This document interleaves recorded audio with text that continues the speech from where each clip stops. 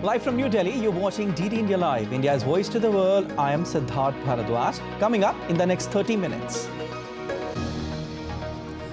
Indian Prime Minister Narendra Modi visits Assam, lays foundation stone of multiple projects worth more than $13 billion.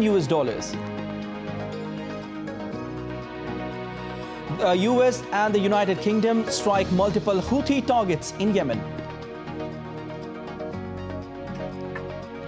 And in sports, Team India in commanding position against England on third day of second test in Visakhapatnam.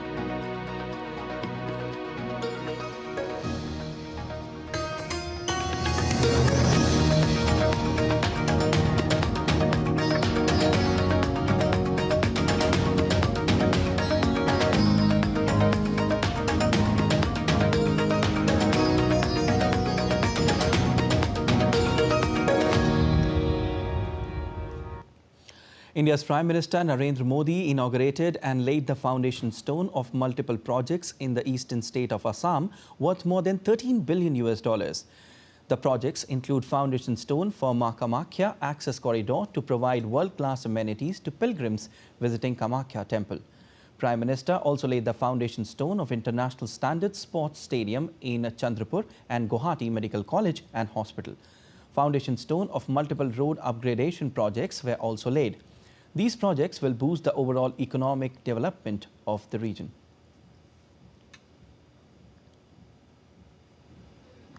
हमारे तीर्थ, हमारे मंदिर,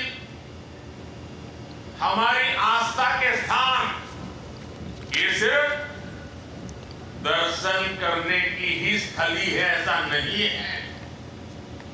ये हजारों वर्षों की हमारी सभ्यता की यात्रा की अमिट निशानियां हैं। दुर्भाग्य से आजादी के बाद जिन्होंने लंबे समय तक देश में सरकारें चलाई वो भी आस्था के इन पवित्र स्थानों का महत्व समझ नहीं पाए। मुझे संतोष है कि बीते 10 वर्षों में अब भारत में स्थितियां बदल गई है। भाजपा की डबल इंजन सरकार ने विकास और विरासत को अपनी नीति का हिस्सा बनाया है।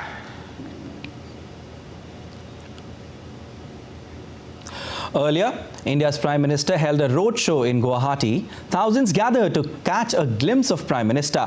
People showered flowers to welcome Prime Minister. During his visit to eastern state Odisha on February 3, India's Prime Minister Narendra Modi met some of the distinguished Padma awardees from the state who have made rich contributions to our nation at the grassroots level. PM met Jitendra Haripal, a Padma Shri awardee of 2017 for his exemplary contribution to music. PM also met Dr. Krishna Patel, 2023 Padma Shri awardee, a celebrated Sambhalpuri folk singer whose mesmerizing voice has resonated for over 4 decades. PM Modi also met Mitra Bhanu Gontia, honored with Padma Shri in 2020. PM also met and appreciated the contribution of 2016 Padma Shri awardee Haldar Nag in Sambhalpuri and Uriya literature. The Commonwealth Legal Education Association Commonwealth Attorneys and Solicitors General Conference 2024 is set to conclude today in the national capital. President Draupadi Murmu along with Union Home Minister Amit Shah will grace the valedictory function.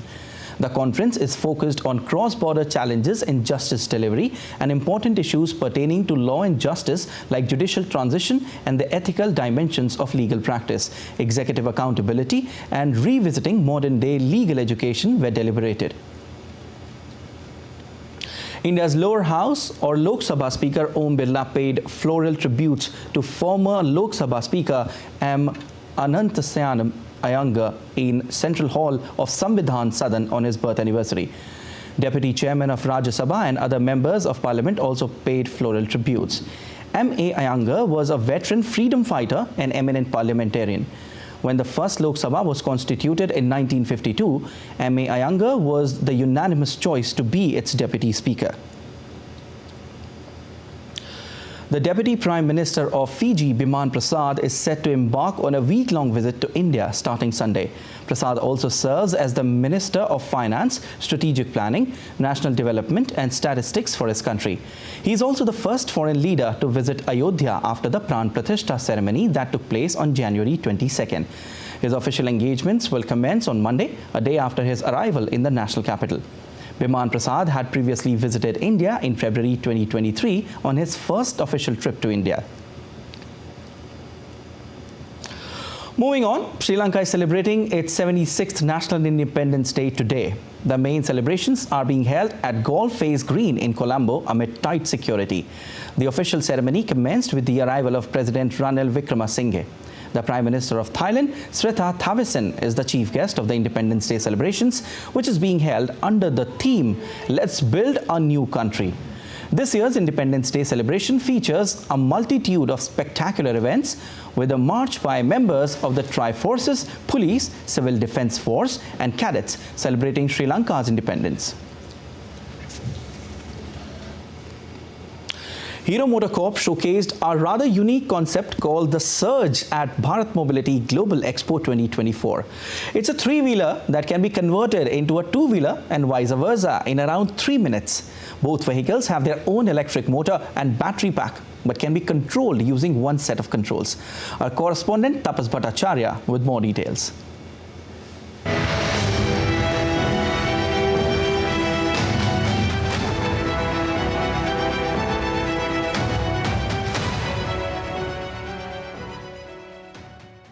You guys have seen a lot of three-wheelers in India. It's a very common sight, but have you seen a three-wheeler which can turn into a two-wheeler?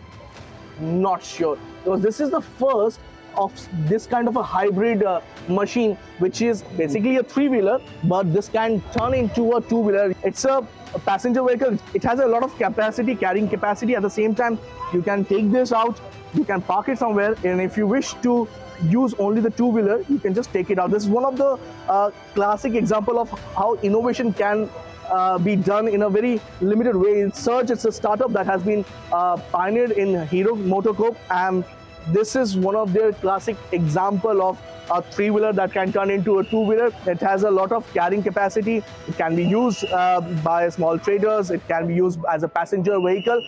And if you don't want any of that, you can use this as a two-wheeler. How cool is that? This is Tapas Bhattacharya for DD India from Delhi. And a Pakistani inter-services intelligence agent was arrested from the northern Indian state of Meerut in Uttar Pradesh on Sunday. The ISI agent named Satyendra Sehwal, posted at the Indian embassy in Moscow since 2021, was working as an India-based security assistant. According to an official statement, Uttar Pradesh's anti-terrorism squad received a tip-off from sources, following which an interrogation was Sehwal was carried out. Sehwal confessed to spying and was arrested in Meerut. During the interrogation, Sehwal revealed that he extracted critical information about the Indian Army. He has also been accused of passing on crucial and confidential information about the Indian Embassy, Ministry of Defence and External Affairs to ISI handlers. Bangladesh has approved the import of 34,000 tons of potatoes from India. The decision comes as a solution to rein in the soaring prices of potatoes in Bangladesh ahead of the holy month of Ramadan. A total of 25 tons of potatoes were imported from India through Dinajpur's Hilli Land port on Saturday.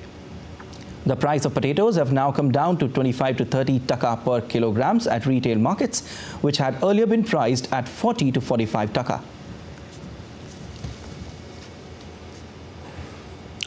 Indian government has announced the inclusion of Asha and Anganwadi workers and helpers within the Ayushman Bharat scheme. In other words, the Pradhan Mantri Jan Arogya Yojana. This means that the Asha workers, Anganwadi workers and their families will now also be able to benefit from free treatment and healthcare related services. Here's presenting this special report.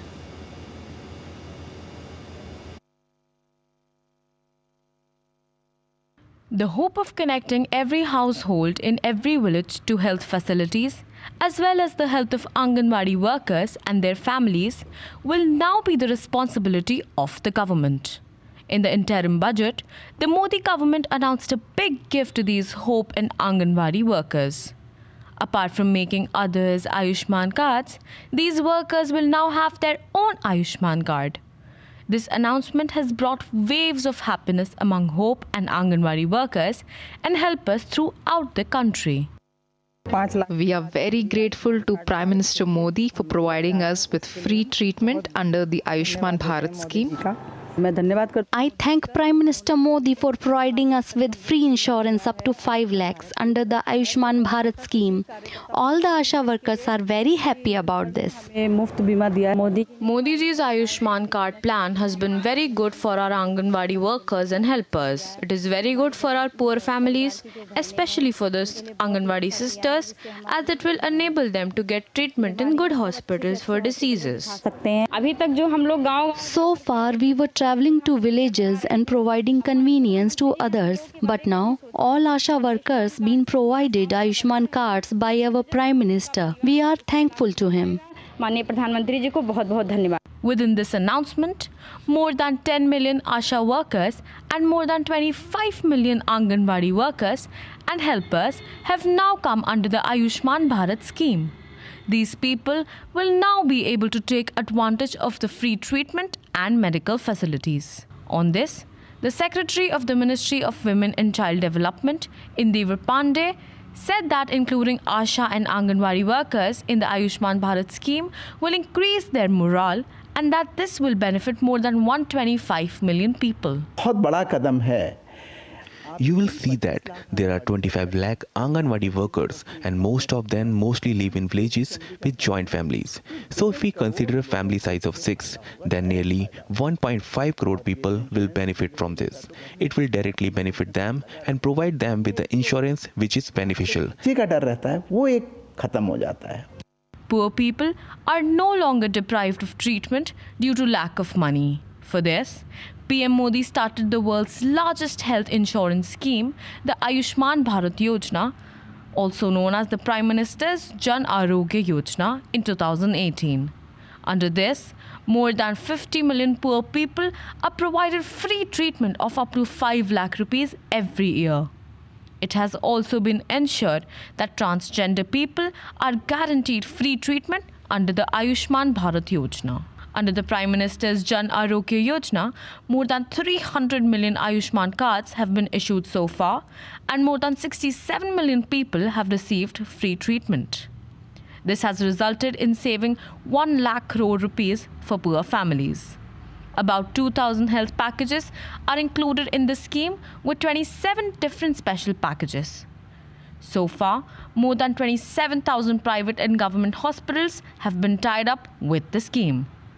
In total, 48% of the beneficiaries are women. Speaking of diseases, the disease with the most benefit is kidney disease, followed by hemodialysis, treatment for cataracts, women's disease, heart disease, cancer, orthopedic disease, and bone-related treatments. The biggest benefit of the scheme is its portability, meaning that if your card is made in one state, you can also get treatment in panel hospitals in another state. Bureau Report, DD India. All right, let's take a look at other stories making news today. The All India Institute of Medical Sciences in India's national capital, New Delhi, announced the opening of medical access points Ayushman Suvidha Kendras across all blocks and centers by 31st of March this year. Beneficiaries under the government's flagship healthcare scheme, Ayushman Bharat Pradhan Mantri Jan Arogya Yojana, will have a 24/7 access to these services. Jammu and Kashmir's summer capital Srinagar in the northern part of India received a fresh spell of snowfall. Shikaras, that are the wooden boats found on Srinagar's Dal Lake, were covered in a thick layer of snow. And still to come on this edition of DD India Live.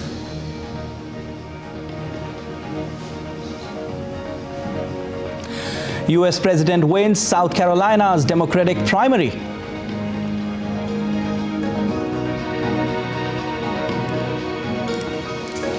Leaders of South African Development Community come together to forge a joint cholera response plan aiming to control the spread of the disease in member states. 4th February marks World Cancer Day to raise awareness to encourage its prevention, detection and treatment.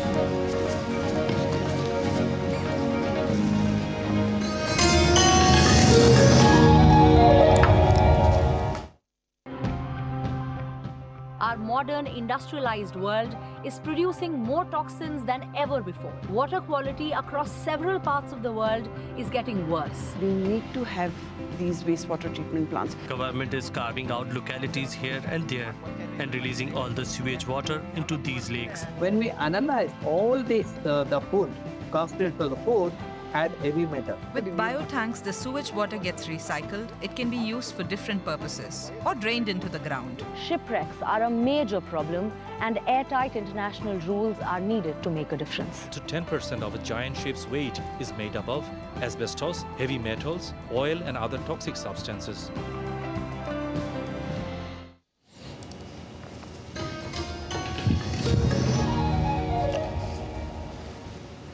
You're watching DD India Live. I am Siddharth Bharadwaj.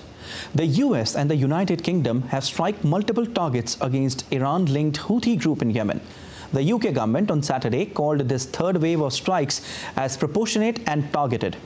Its defense ministry released the footage and said precision-guided bombs were used to strike multiple targets near the Sana'a airfield. The strikes hit buried weapons storage facilities, missile systems, launchers and other capabilities the Houthis have used to attack Red Sea shipping. While United States Central Command also released photos showing a missile launch and flight operations for a strike. The Pentagon said it targeted 13 locations across the country. The US and Britain conducted the strikes against 36 targets in total in the second day of major US operations against Iran-linked groups following a deadly attack on American troops last weekend. Well, the UN Security Council is going to hold an emergency meeting on Monday regarding the US strikes in Iraq and Syria. The meeting has been requested by Russia after accusing the US of intentionally aggravating the situation in West Asia. Meanwhile, the United States has issued a warning of more potential airstrikes after carrying out an offensive against 85 targets in Iraq and Syria. This comes in response to a drone strike from an Iran-backed militia that killed 3 American service members. Our correspondent Nick Harper has the latest from Washington. We've seen considerable anger from the Middle East in response to these US airstrikes, Iraq and Syria, that were struck by the United States, but also Iran, who has backed the militia in those two countries, all saying that the US has violated the sovereignty of both Syria and Iraq, and also saying that the US is threatening to create a wider conflict in the Middle East. Iraq and Syria also saying that civilians have been killed in these airstrikes. Now, the US says that they struck targets that they intended to, and they were also telegraphing for several days that these strikes were likely to take place. It seems in the hope of minimizing casualties. Reports that many of the militia in those command centers that were hit had evacuated ahead of the strikes. But there's still that fear now as to whether the US airstrikes will create a deterrence or become a point of escalation in this conflict in the Middle East. Now, Joe Biden has said that he isn't seeking a wider war, but he's also said that these strikes that took place on Friday night US time were just the beginning, that there would be more strikes potentially in the coming days against other militia or other command centers within the region. Biden saying that it will continue at the time and place of the US choosing. So the US is trying to deter future attacks, but there is still that overriding fear that what the United States has done may prompt further escalatory action from any of those three countries in the region. Although I think it is worth noting that the United States chose not to target Iran itself. There were no attacks on Iranian soil, and we have not seen from Iran, despite the condemnation, any threats to retaliate as a result of these US strikes. Nick Harper in Washington, reporting for DD India. Well, update on Israel-Hamas conflict now. The Israeli military has deployed 3 divisions to the northern border amid Hezbollah's attacks on northern Israel. IDF spokesman Daniel Hagari at a press conference on Saturday said that the IDF is working to reshape the security reality on the northern border so that some 80,000 Israelis displaced by Hezbollah's attacks can return to their homes.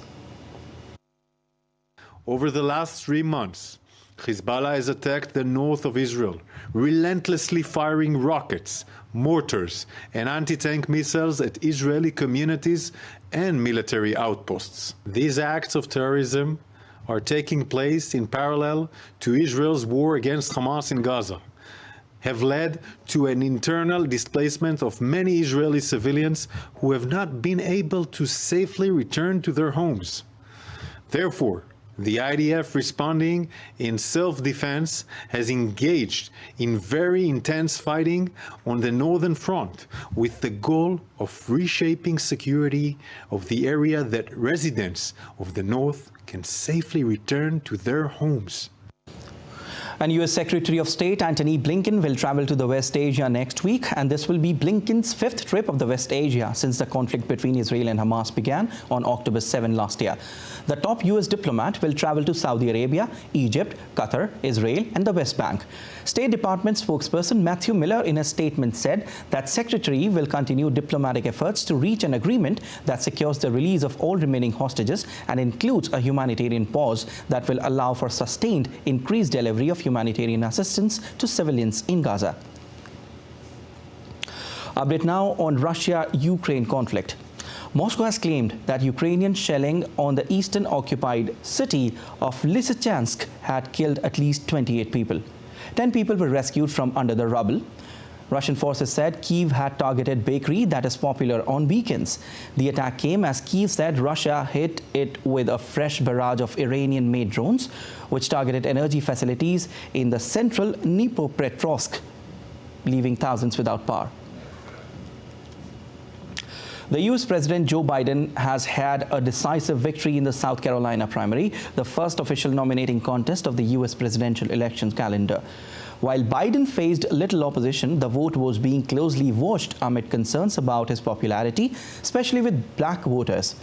Biden defeated the other long-shot Democrats on South Carolina's ballot, including U.S. Representative Dean Phillips and author Marianne Williamson. U.S. President Joe Biden and Vice President Kamala Harris made a joint stop at their 2024 campaign headquarters on Saturday to rally staff and supporters ahead of a challenging re-election bid.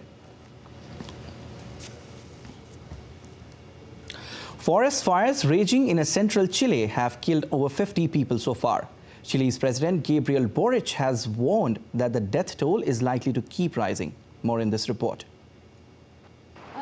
At present, the world is grappling with the adverse effects of global warming. While some areas are experiencing wildfires, others are facing floods.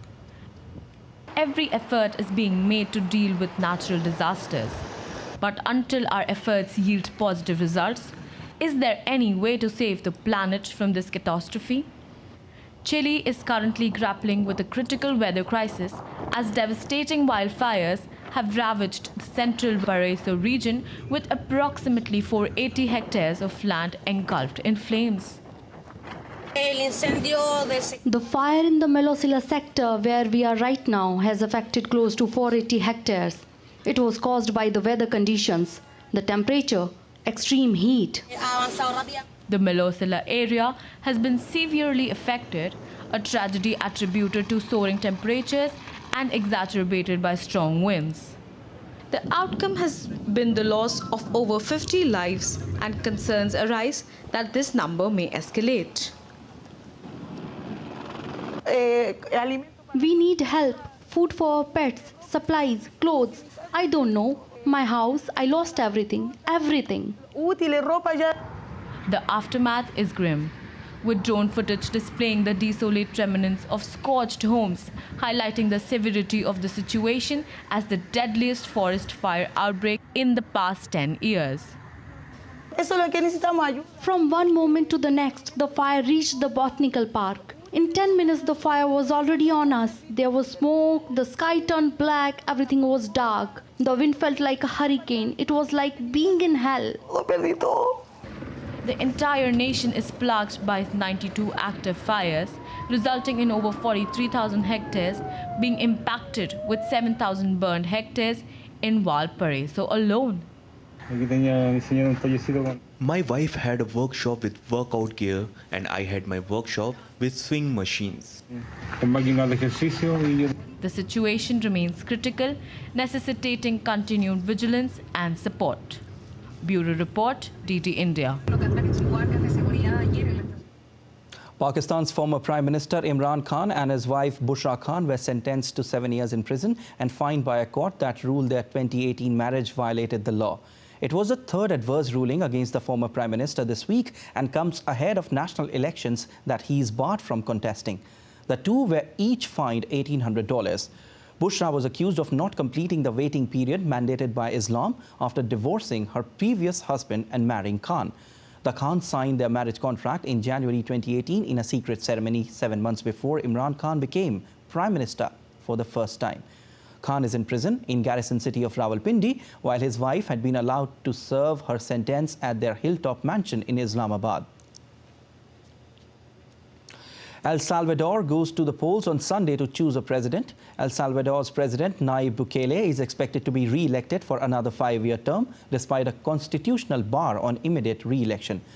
The supporters of 42-year-old Bukele see a leader whose iron-fisted policies defeated the country's murderous gangs, while his critics are calling him a modern-day autocrat.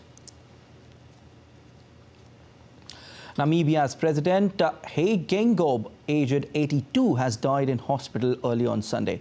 The news came in less than 3 weeks after it was announced he would undergo treatment for cancer. Geingob, who also served a 12-year stint as Prime Minister, had a history of health problems that preceded his election as Namibia's third president in 2014.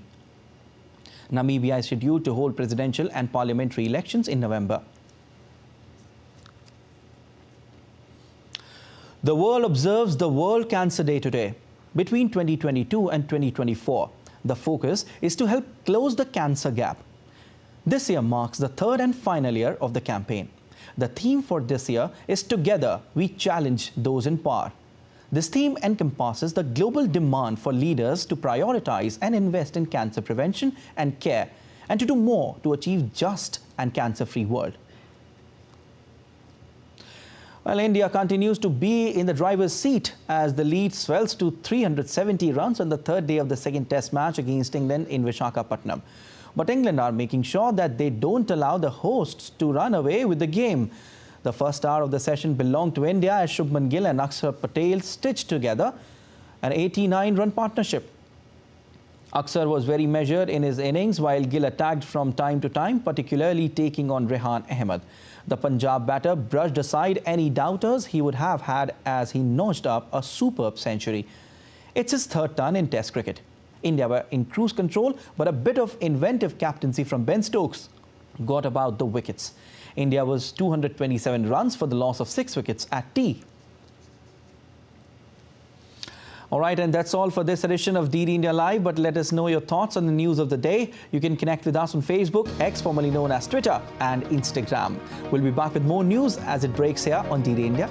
I'm Siddharth Bharadwaj. From all of us here in Delhi, thanks for watching DD India Live.